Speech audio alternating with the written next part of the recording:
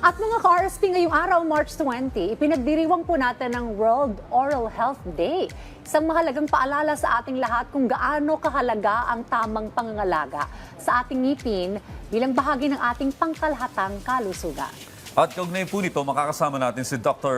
Marius Charles Esquilio, ang President-elect ng Philippine Dental Association, para pag-usapan ang kasalukuyang estado ng oral health ng mga Pilipino at ang simpleng paraan para mapanatiling matamis ang ating mga ngiti. Unang-una, good morning po at congratulations! Magandang araw, Sir Audrey. Magandang araw, Ma'am Dayan. Magandang araw, Rise and Shine Pilipinas. Welcome back dito sa RSP. It's nice to be back here at RSP. Well, World Oral Health Day, pero ito, gaano ba kahalaga itong pagdiriwang na ito? At kung i-contextualize po natin dito sa Pilipinas, ano po bang estado ng oral health dito sa ating bansa? Ma'am Dayan, Sir Audrey, kung tayo dito sa Pilipinas, every February, pinagdiriwang natin ang National Dental or National Oral Health Month. Ang buong mundo naman, every March 20, ipinagdiriwang ang World Oral Health Day. Napakahalaga na ipagdiwang natin ang World Oral Health Day kasi dito ipinapakita natin ang ating pagkakaisa at pakikisa sa buong mundo sa pagpapahalaga sa oral health. Base sa 2018 National Survey for Oral Health, 73% of the Filipinos ay merong dental caries or yung tinatawag nating tooth decay. 78%. 73%. 73. And 50% naman ay merong tinatawag na periodontal disease or yung may mga sakit sa gilagid at buto sa mga ngipin. Laki rin presento, ah. Yun man ang nakakalungkot. Kasi nga, ang problema natin or ang kinakaharap natin, lalo na kaming mga dentista, is kakulangan ng dentista sa Pilipinas. Kung sa World Health Organization, ang sabi ay dapat ang proportion ng dentist at patient is 1:7,500. Dito sa Pilipinas, 1:53,000 ang proportion or ratio ng dentist to patient. Kaya kulang talaga Okay, yung so mga ano po kasamahan yung natin, mga ideal, dentist. Doc? 1:7,500. 1:7,500. Pero ngayon sa Pilipinas, 1:53,000. So malaki Okay. talaga yung agwat. Kaya hinihikayat natin, siguro yung mga manonood natin, na samahan kami, mag-take up ng dentistry para matulungan natin ang ating mga kapwa Pilipino. oo. Malaki na yung agwat. Ihiwalay mo pa dyan yung mga takot magpatingin sa, magpakonsulta sa dentista. Siyempre, mayroong mga trauma nung kabataan na nakaramdam ng pain nung binubunutan. Ano? Pero eto, Doc, gaano po ba kadalas talaga, basically, na dapat ang bawat Pinoy nagpapakonsulta o nagpapatingin sa dentista? Ideally, at least twice a year.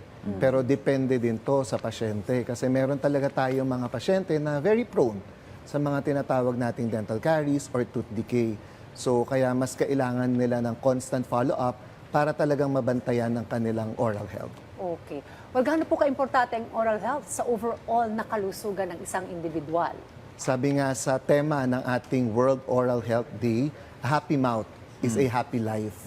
So iniisip kasi ng mga tao, lalo na yung mga baby teeth, ngipin lang yan, baby teeth lang yan, temporary lang yan, mapapalitan din yan. So hindi nila alam na kapag maagang nawala yung kanilang mga baby teeth or yung mga primary teeth, ito na yung magiging dahilan ng pagkakasungki-sungki na mga ngipin kapag tumubo na yung mga permanent teeth.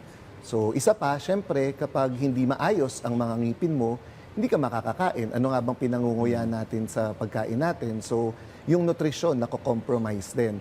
Lalo tigit kapag hindi maganda or pleasant yung itsura ng mga ngipin natin, yung self-confidence ng bawat individual ay naaapektuhan. Ganon din naman na nahihirapan din silang maghanap ng trabaho. Kasi nga, di ba, one of the requirements sa mga trabaho is pleasing personality. So pag tinignan mo yung isang tao, ngipin agad talaga yung una mong tinitingnan. Well, tayong mga Pinoy talagang hindi may iwasan, mahilig tayo sa matatamis eh. Oo. Lalo na yung mga bata. Mga bata, ang isa sa mga sangkap para masira ang ngipin ay sugar. Well, ano yung mga simpleng habits po ba na dapat ginagawa araw-araw ng ating mga kababayan para mapanatiling healthy yung ating ngipin at even yung gums?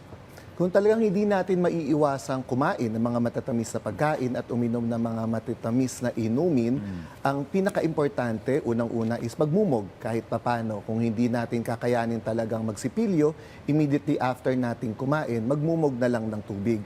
Lalo pa kung kunyari, hindi lang naman din yung mga matatamis na pagkain, yung mga acidic na mga pagkain at inumin na kabaliktaran naman ito na hindi naman natin sinasabi na agad-agad ka mag-toothbrush kasi kapag kumain ka nga ng mga acidic na pagkain or uminom ng mga acidic beverages like yung mga soft drinks, lumalambot yung mga ngipin natin. So, dinidiscourage natin yung mga pasyente natin na magsipilyo agad-agad. Kasi nga, malambot pa nga yung ngipin natin. Kapag tinoothbrush agad natin siya, lalo kapag gumagamit tayo ng mga hard bristle toothbrush wherein ang nire-recommend talaga natin is soft bristle toothbrush para gentle din siya sa mga ngipin natin. So, kapag ganun yung kinain natin or inumin natin, magpalipas lang muna tayo ng mga 30 minutes. Basta ang importante, man-neutralize lang natin yung acidity ng saliva sa bibig natin para hindi siya agad-agad mag-wear off or mag-erode. Oo.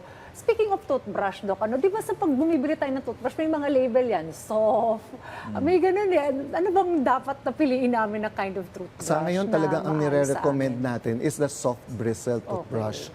Actually, more than the toothbrush type that we are using, it's the proper technique as well. Okay. That we Ano have ba to ang be proper very technique? careful. So, avoid din natin yung talagang masagi yung mga gilagid natin.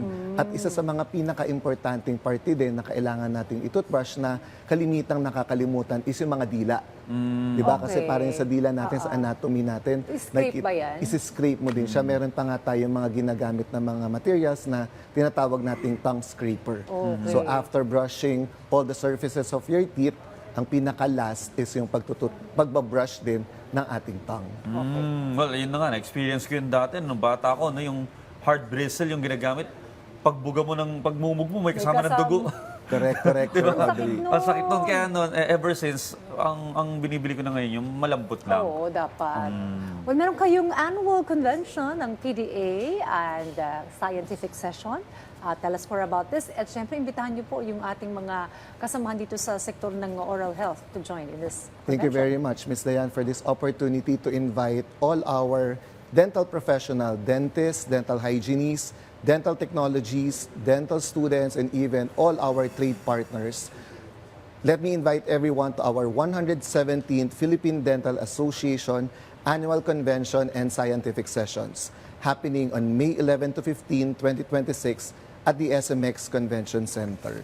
So we have our scientific sessions, we have our social events, para mapagsama-sama natin ang ating mga kasamahan sa Philippine Dental Association. Alright, mga ka-RSP, supportahan po natin yan. Maraming salamat po sa pagbibigay ng mga impormasyon. Kaya naman sa amin, Dr. Marius Charles Esquilio.